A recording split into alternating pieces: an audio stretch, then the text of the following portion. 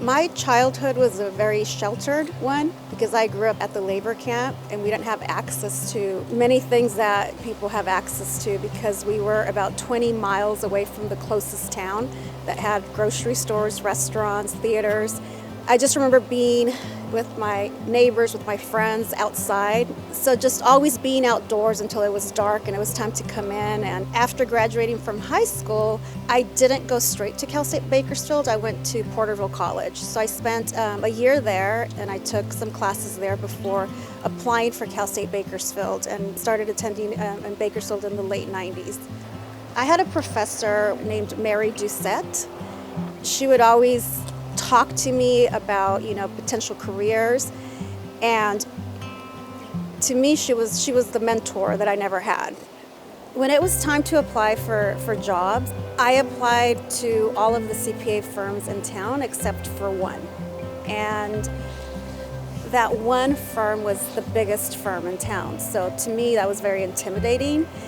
And back then I thought, which is wrong, I should have never thought this, that a firm that size, that prestigious, would never hire someone like me, someone that looked like me, someone that grew up where I grew up, and someone whose parents were farm workers.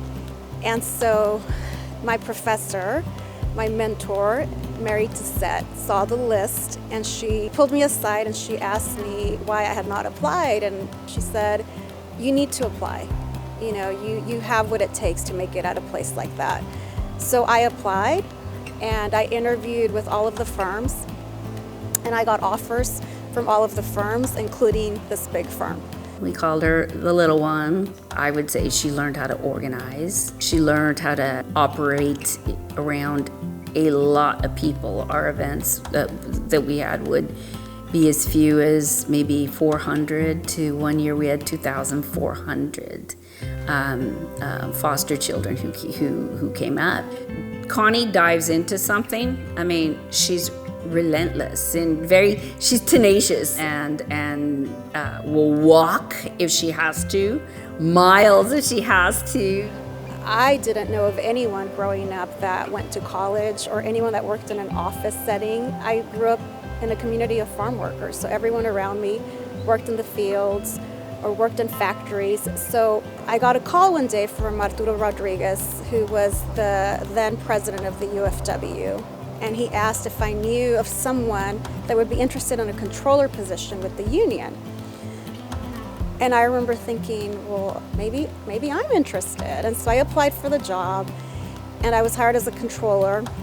And I'm happy waking up every morning working for the UFW because I feel like I've come full circle with my life. And now I'm able to work for an organization and use what I learned at Cal State Bakersfield to help the organization and help this community that needs advocates. Every time I talked to a farm worker, I think of my dad, I think of my mom, and I see their kids and I see myself in them.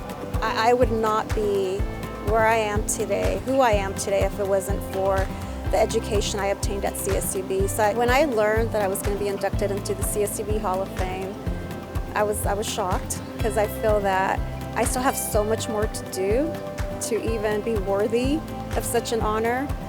But then I immediately thought of all those kids that are living at the Woodville Labor Camp. Because if I was able to attend Cal State Bakersfield coming from, this very humble beginnings, they can do that too. And so I want them to see that. I want them to see themselves in me, and that, hopefully one day their parents can bring them to CSUB to tour the school, and we'll have a lot more students coming from that school that will graduate from CSUB and hopefully be inducted into the CSUB Hall of Fame, down the road.